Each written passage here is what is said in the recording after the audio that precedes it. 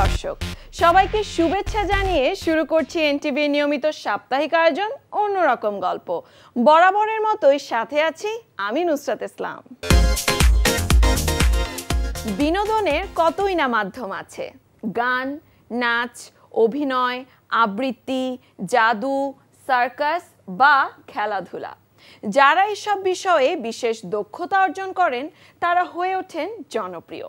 আবার অনেকেই আছেন যারা ব্যতিক্রমী কিছু করে মানুষের মন জয়ের চেষ্টা করেন। আজ শোনাবো এমনই একজন অন্যরকম শিল্পীর গল্প। তিনি গান করেন দ্বৈত কণ্ঠে, অর্থাৎ শিল্পী একজন কিন্তু কণ্ঠ দুরকম। এই চরিত্রটি কাল্পনিক নয়, বরং বাস্তব চরিত্র অবলম্বনে। আর এই বাস্তব চরিত্রের নাম বীরেন দাস।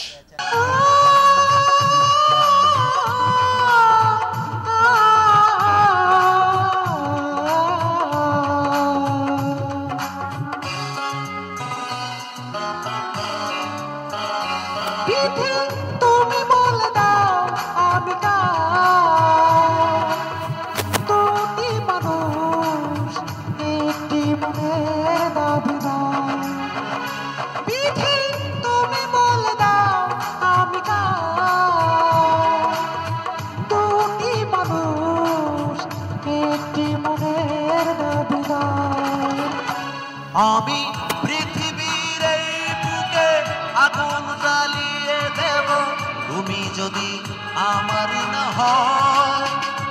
মানুষকে একটু বিনোদন দিতে কতজন কতভাবেই না চেষ্টা করে। কিছু চেষ্টার সাথে জড়িয়ে থাকে কঠোর সাধনা ও অধ্যবসায়। তুমি বিশ্বাসঘাতকতা করো না প্রিয়া, আমি ছাড়া তুমি কারো না। বিধি তুমি বলে দাও আমি দুটি মানুষ একটি মনের দাবিদার। শিল্পী বীরেন দাস পেশাদার শিল্পী নন, তবে গানই তার এখন আয় রোজগারের উৎস।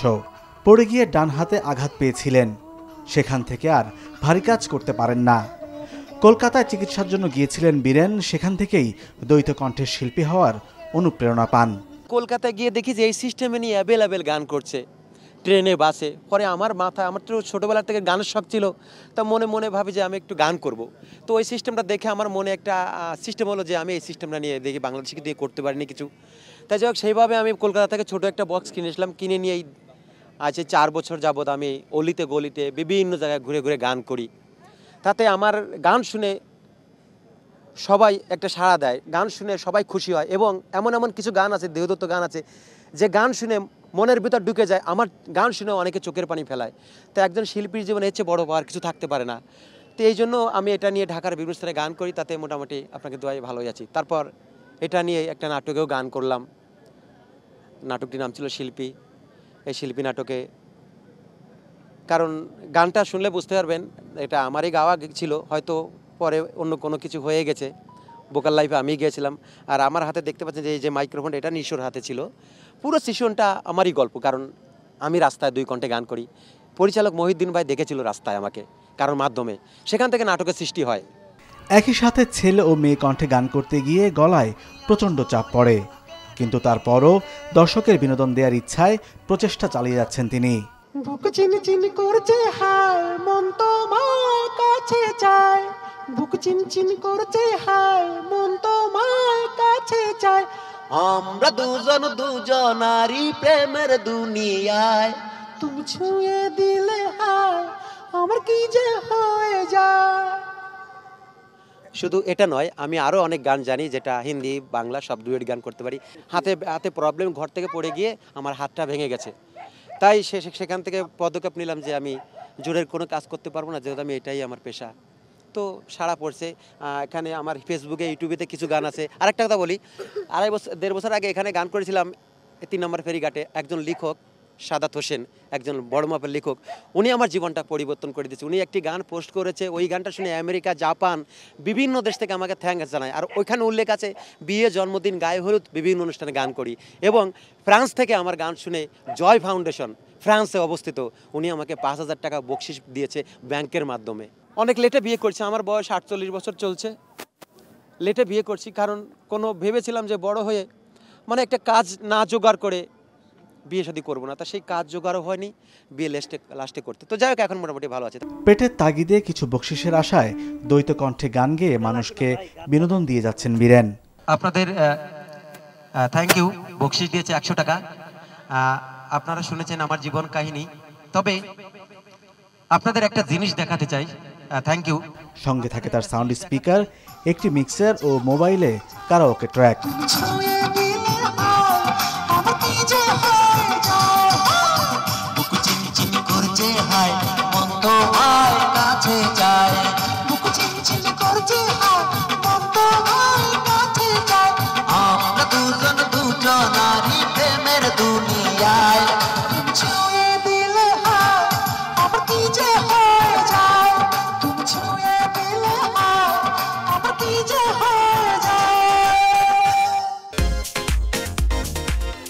ভৈরবে কুকুরের খামার করে সবাইকে অবাক করে দিয়েছেন অস্ট্রেলিয়া থেকে বিজনেস ম্যানেজমেন্টে স্নাতকোত্তর ডিগ্রি করা যুবক ফোসাহাত রাব্বি সজল। শিশুকাল থেকে কুকুর প্রীতি থাকলেও শখের সেই নেশা একদিন পেশায় রূপ নেবে, এটি তিনিও ভাবেননি কোনোদিন। আজ তিনি সফলতাও পেয়েছেন এই খামার গড়ে। এই গল্পই থাকছে এবারে।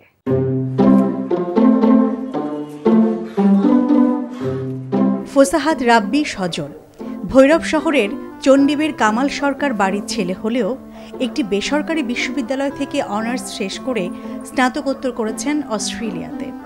সেখান থেকে ফিরে গ্রামের বাড়িতে গড়ে তুলেছেন এই কুকুরের খামার। জন্মের পর থেকেই পরিবারে কুকুরের লালন পালন দেখেছেন, ফলে শিশুকাল থেকেই কুকুরের সাথে তার সখ্য গড়ে ওঠে। শখের বশে বিভিন্ন জাতের কুকুর পালন করতে থাকেন।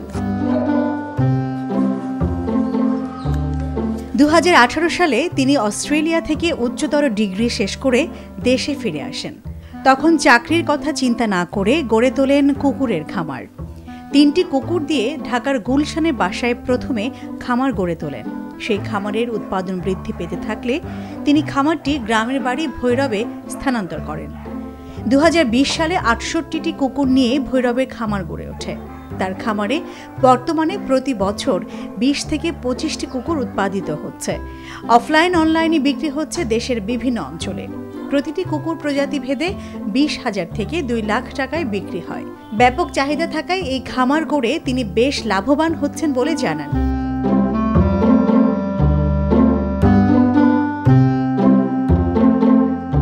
তার খামারে দেশি Sarail, German shepherd, Doberman, Caucasian shepherd, Siberian husky, French mastiff, great Dane, bull mastiff, Saint Bernard, Cane Corso, British bulldog ইত্যাদি প্রজাতির কুকুর উৎপাদিত হচ্ছে। আর এইসব তিনি খুবই সুলভ মূল্যে বিক্রি করছেন। বিদেশ থেকে এসব কুকুর আনতে হলে নানান বাধা বিপত্তি কাটিয়ে খরচ অনেক বৃদ্ধি পায়। কুকুরের খামার গড়ে যে কেউ লাভবান হতে পারেন বলে উল্লেখ করে তিনি জানান, খামারটি করার আগে খামারিকে বুঝে শুনে করতে হবে। আমাদের দেশে যেসব কুকুরের প্রচুর চাহিদা আছে সেগুলোর উৎপাদন করলে খামারি লাভবান হবেন। কুকুরের প্রতি যে আমার ভালোবাসাটা আস্তে আস্তে নেশা এবং পেশা দুইটাতেই যখন আপনার পরিণত হলো, তখন থেকেই মনে করেন যে কুকুরের সংখ্যাটাও বেড়ে গেছে। আমাদের দেশে ব্রিডিং এর জন্য সরাইল হাউন্ড একটি অন্যতম ব্রিড, জার্মান শেপার্ড একটি অন্যতম breed, Dobermann, Rottweiler, Siberian husky, এই কুকুরগুলা যেমন আমাদের দেশের সাথে সয়ে গেছে, তেমন পাহারার জন্য অনেক উপকারী। তাই আমি মনে করি যে যেহেতু আমাদের দেশে এই কুকুরগুলার অ্যাভেলেবল ব্রিডিং হচ্ছে প্লাস সাকসেসফুল ব্রিডিং হচ্ছে, অনেকেই আপনার এই কুকুরগুলার খামার করে ইনশাল্লাহ লাভবান হতে পারবে।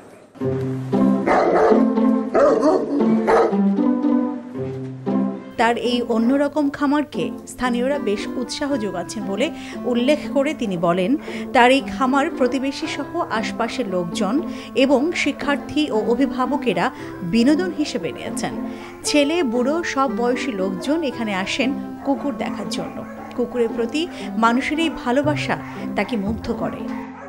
ভৈরব উপজেলা প্রাণী সম্পদ বিভাগ তাকে বেশ সহযোগিতা করছে বলে জানান। তারা কুকুরের বিভিন্ন চিকিৎসা সেবা সহ নানা পরামর্শ দিচ্ছেন আন্তরিকতার সাথে। আমি অনুরোধ করছি ভৈরব উপজেলার অন্য কেউ যদি মানে এই ধরনের ফার্ম করতে আগ্রহী হয় তাহলে আমাদের উপজেলায় যেন তারা আসে এবং আমাদের কাছ থেকে পরামর্শ নেয়। এটা পরিকল্পিতভাবে আমি করি নাই, নেশাটাই আমার পেশা হয়ে গেছে। মনে করেন ওরাই ওদের খরচ চালায়, আমাকে আমার খরচ চালাতে হয় না। যে ওদের যেই ফিউচার জেনারেশন গুলা আসে ওইগুলা হয়তো আমি 4টা সেল করি, 2টা রেখে দিচ্ছি কিংবা 1টা রেখে দিচ্ছি, 3টা সেল করে দিচ্ছি, এরকম হচ্ছে।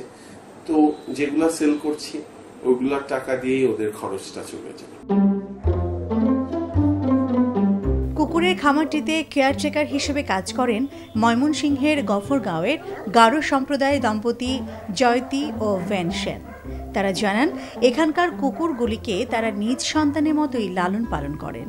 তারা নিজেদের ভেতর বন্ধুত্বপূর্ণ আচরণ করেন বলে তাই কুকুরগুলিও তাদের কখনো নখের আঁচড় পর্যন্ত দেয়নি। কুকুরগুলোকে মেরুন, আলবার্ট, পেপসি, ফান্টম, ডেইচলি, পাম্প পম্প, লিও, টুইঙ্কেল, বুশ, সারাবি, Laili, Candy, Biscuit, Kali, Laltu, Boltu, Remy, Jhimi ইত্যাদি নামে ডেকে থাকেন। নিজেদের নাম শুনলে ওরা ছুটে আসে, নির্দেশ মানে।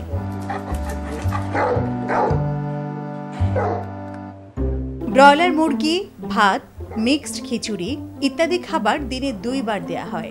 গোসল প্রতিদিন করানো হলেও শ্যাম্পু করানো হয় সপ্তাহে 1 দিন। চিরুনি দিয়ে চুল আঁচড়ে দিতে হয় প্রতিদিনই। কুকুরের খামারে কাজ করে তারা বেশ আনন্দিত বলে জানান উভয়ই। আমরা ওদেরকে কোনোদিন আঘাত করি নাই, আঘাত করলে ওরা আমাদের সাথে মিশবে না। আর আমরা ফ্রেন্ডলিভাবে মিশি দেখেই ওরা আমাদের সাথে খুব ভালোভাবে মিশে। আর আমরা ওদের খুব আমাদের নিজের সন্তানের মতোই দেখাশোনা করি, চিরুনি করি, যত্ন করি খুব সুন্দরভাবে। এই কাজটা করতে খুব ভালোই লাগে। আমি ছোট থেকেই কুকুর পছন্দ করতাম, কুকুরের প্রতি আমার একটু কম ধরনের ইয়ে আছে। বাচ্চাদের মতো দেখি, নিজের ইয়ার মতো। ওদেরকে তো সবসময় দিনে 2 বার করে চিরুনি করে দেয়, নিজের ইয়ার মতো যত্ন করি। স্থানীয় পৌর কাউন্সিলর মোমেন মিয়া জানিয়েছেন তার গ্রাম ও ওয়ার্ডে এমন একটি ভিন্ন ধরনের খামার গড়ে তোলায় তিনি বেশ আনন্দিত। তাদেরকে সব রকমের সহায়তার প্রতিশ্রুতি দেন এই জনপ্রতিনিধি। ইতিপূর্বে গরু, ছাগল, হাঁস, মুরগির খামারের কথা জানা থাকলেও এই প্রথম কুকুরের খামার দেখে সবাই অবাক। আমি এবং আমার অত্র ওয়ার্ডের সবাই আমরা আনন্দিত। ক্রমে একটা খামার তার হাত দিয়ে এখানে শুরু হয়। এরকম যদি আরো কোনো উদ্যোক্তা এই এলাকায় কিছু করতে চাই তাহলে আমি আমার ব্যক্তিগত পক্ষ থেকে এবং পৌরসভার পক্ষ থেকে সর্বোচ্চ সহযোগিতা করব। তার যে কুকুরের প্রতি যে মানে দরদ, আন্তরিকতা, এটা যদি নিজের চোখে কেউ না দেখেন আপনারা তাহলে বুঝতে পারবেন না যে কুকুর যে তার কি ধরনের আন্তরিকতা মানে একজন প্রাণী হয়ে দাঁড়াইছে। বর্তমানে এই খামারটি এলাকার বিনোদন কেন্দ্রে পরিণত হয়েছে। ছুটির দিনে এলাকার শিক্ষার্থী ও অভিভাবকরা এখানে আসেন। খামারটি দেখে মুগ্ধ হন। কুকুর যে মানুষের বন্ধু হতে পারে সেটি নিজের চোখে দেখে সবাই অবাক হয়ে যান।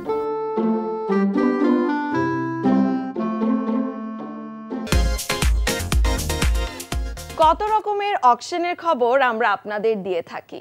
এবারে এমনই এক অকশনের গল্প, তাও আবার স্নিকার অকশন। অবাক লাগছে শুনতে?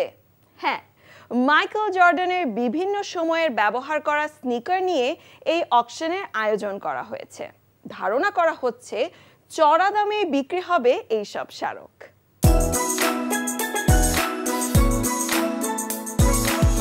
ভিন্ন এক নিলাম চলছে নিউ ইয়র্কের ক্রিস্টিজে।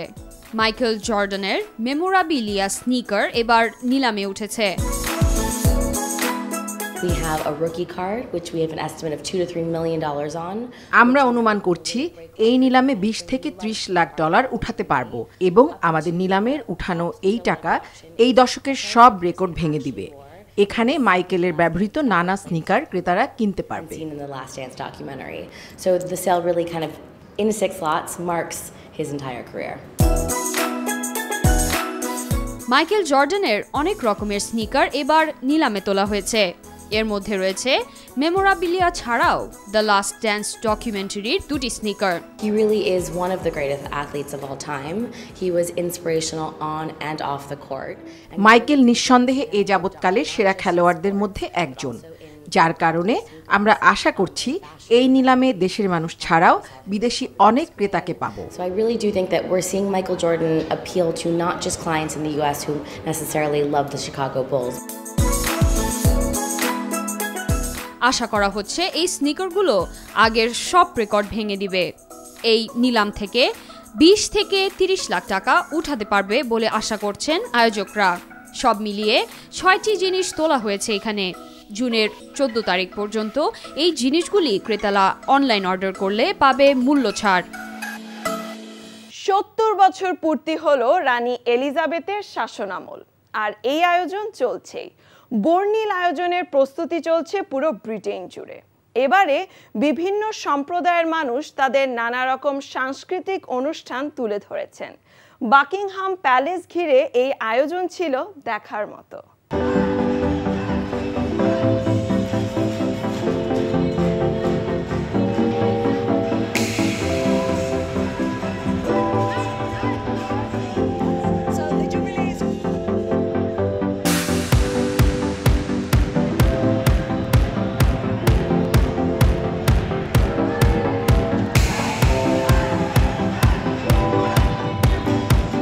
বর্ণাঢ্য আয়োজনে উদযাপিত হয়েছে রানী এলিজাবেথের 70 বছরের শাসনকাল।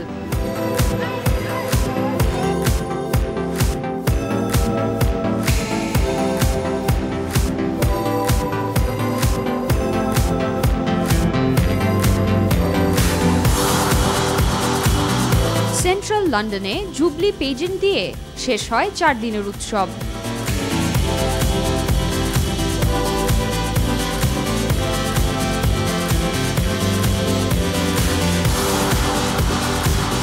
যাতে অংশগ্রহণ করেন বিভিন্ন সম্প্রদায়ের মানুষ। আকর্ষণীয় সজ্জায় নেচে গেয়ে তুলে ধরেন নিজেদের সংস্কৃতি।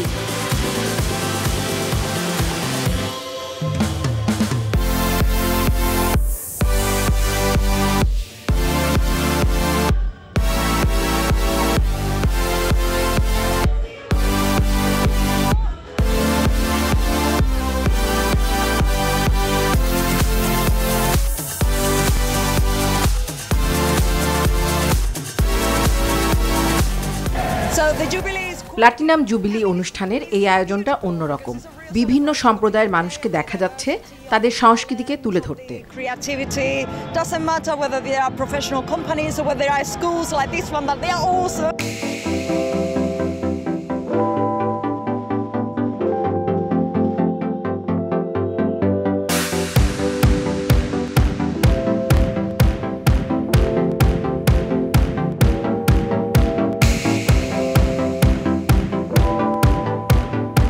মোহন সাজে সজ্জিত হয়েছিল গোটা ব্রিটেনও।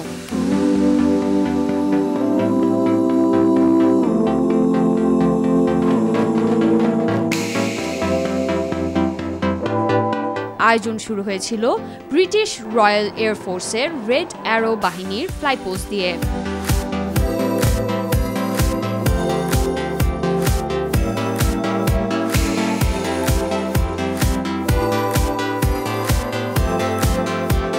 যা উপভোগ করতে বাকিংহাম প্যালেসের বারান্দায় এসে দাঁড়িয়েছিলেন রানী সহ রাজপরিবারের সদস্যরা।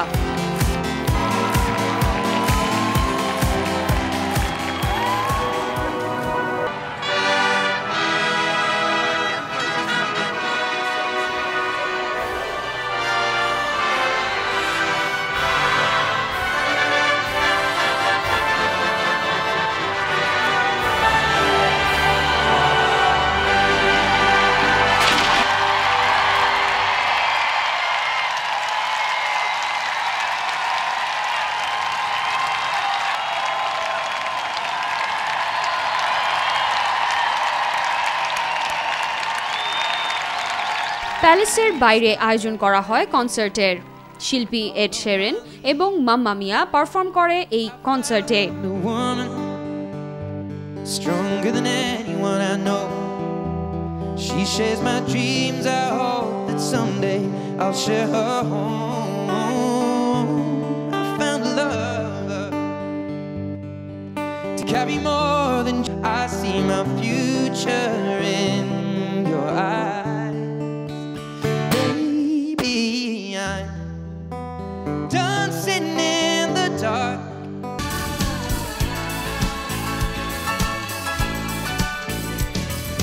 See that girl, watch that scene, dig in the dancing queen.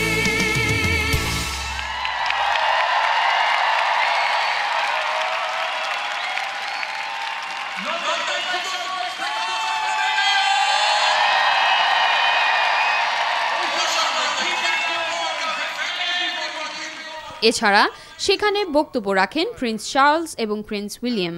We think of all you have done to make the Commonwealth such an important force for good. While no one's grandmother thanks them for talking about their age, my own grandmother has been alive for nearly a century.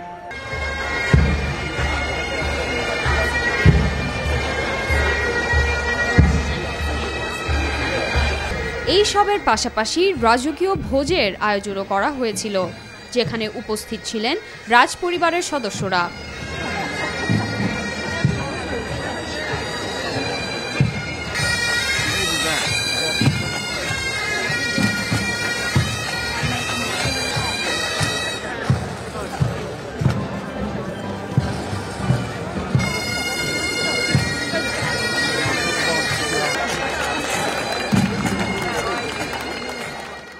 চলে এসেছি অনুষ্ঠানের একেবারে শেষ প্রান্তে। প্রতি সপ্তাহে দেশ বিদেশের বিস্ময়কর ও মজার সব খবর নিয়ে দেখা হবে আবারও। কেমন লাগলো আমাদের আয়োজন বা কোনো পরামর্শ থাকলে জানাতে পারেন চিঠি লিখে। আমাদের কাছে চিঠি লেখার ঠিকানা প্রযোজক অন্যরকম গল্প, এনটিভি, বিএসসিসি ভবন, 102 কাজী নজরুল ইসলাম এভিনিউ, কারওয়ান বাজার, ঢাকা 1215। দেখা হবে আবারও আগামী সপ্তাহে বুধবার সন্ধ্যা 6টা 45 মিনিটে। সে পর্যন্ত ভালো থাকুন, সুস্থ ও নিরাপদে থাকুন।